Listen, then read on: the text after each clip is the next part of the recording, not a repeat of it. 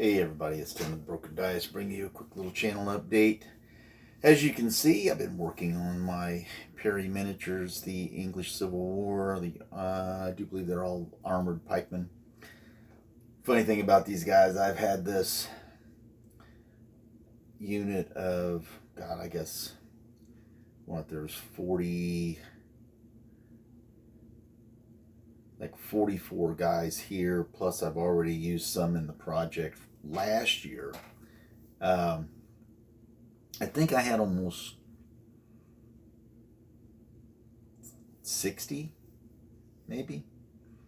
And I used them in like Warhammer Fantasy and stuff. And they've sat on my shelf unpainted for, God, years. 10, 15 years maybe. I don't know. I don't even know when the Perrys did these sculpts. I have no idea. But I've had them on my shelf or in a closet, packed away, moved several times, and have never seen paint. But when I started the English Civil War project last year, with mainly Warlord Games plastic, I like a nice square with the pike. Normally like 16 models, 4 bases of 4.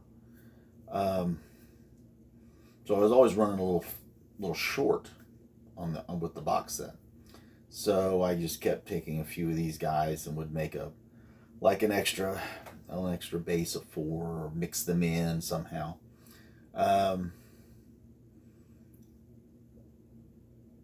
But I kept looking over there, and over here I've got my to-do list is on some shelves here, and I've got some stuff primed up on another shelf over here, ready to bring down and start painting when I get these guys finished up. And I was just thinking about how long I've had these guys, and I really like the sculpts. I mean, they're not nearly, I think I mentioned this in one of my videos when I was doing the large English Civil War project, that they're not as robust as the Warlord Games models, but they're good sculpts, and I have no problem with them. They're easy to paint. I think it's one of the reasons I like this era. It's not Napoleonics with all the intricate uniforms and everything. I think this may be the extent of my wheelhouse. I'm not sure I want to delve off into Napoleonics. If I had hair, I think I'd pull the rest of it out with that, because I just don't think my skill level is up to all that detail. And I've seen guys do some stellar work with that stuff, and it's just, wow. I just don't know. It'd take an awful lot of nerve for me to jump into that. But anyway, as you can tell, bases are kind of thick, and because, like I said, I had used them for Warhammer Fantasy when they had a mercenary army. You had mercenary pikes and stuff like that, so I had bought these guys as like a cheap substitute, and played them many times unpainted. Shame on me, I know. But they were on 20 millimeter bases. And I thought to myself, well, I could cut them off, pop them off. At 510 models, yeah. Almost 50? No, I'm not going to do that. So I took my little wooden 40 millimeter and just put them on there. So they look thicker with a little covering on there. When I get them around to being based, they'll look something like so when they're finished. So that being said, okay, it got me to thinking when we were doing the Why I'm a Wargamer challenge. And I did one, and everybody I know that I'm subscribed to has probably done one. And it got me to thinking about my old armies and things like that. And I was moving stuff around the other day, and I stumbled across. Well, I didn't stumble across. I knew it was there. Just haven't looked at it in a while, and I thought it would be fun to show one of my first attempts at painting miniatures. This is an old Citadel, the old kind of thick, cartoonish looking halberdiers. They came in like a box of 30, I think. Was it 30? Let's get these off of here. And this is funny.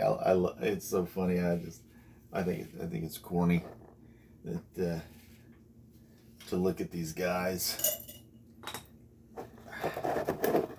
One thing about having a thick base, they're easy to grab a hold of. I'm also working on my command stands for them. I got them primed and ready to paint to fill out the units.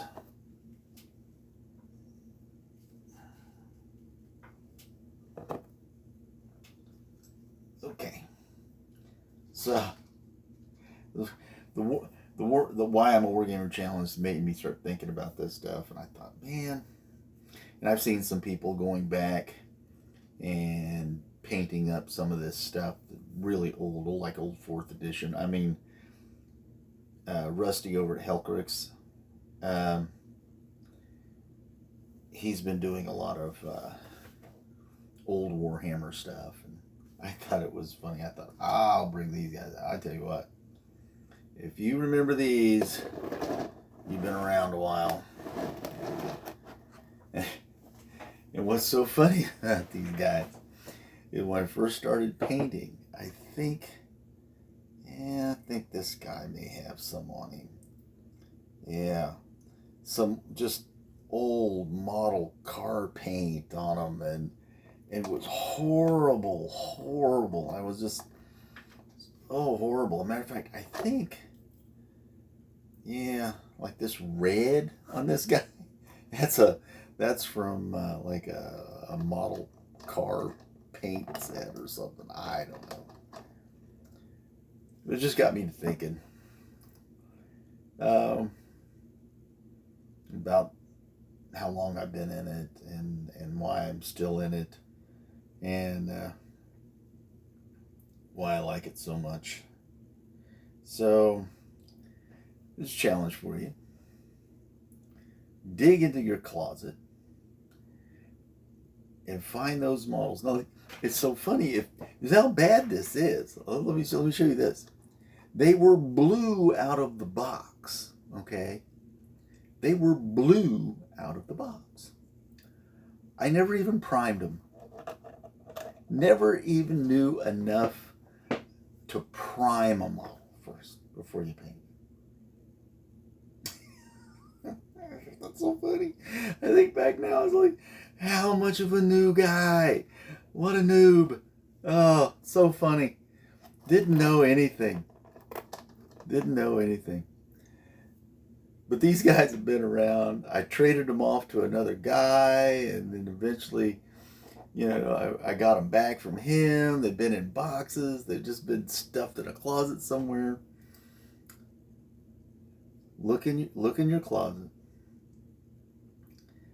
And if you still have them, some of the earliest models you've ever painted, and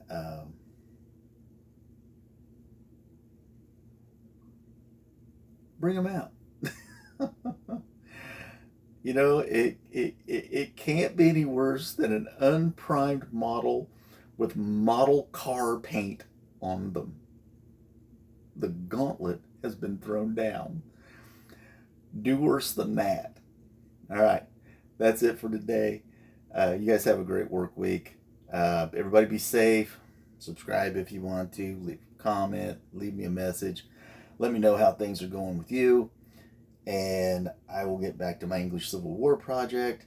I got a bunch of musketeers to do to go with these guys, so I don't know how soon we'll be get done, but right now I need to start really basing some of these guys so I can at least get these guys based, and I've got 2 more command stands to paint, and then I can get started on those other musketeers.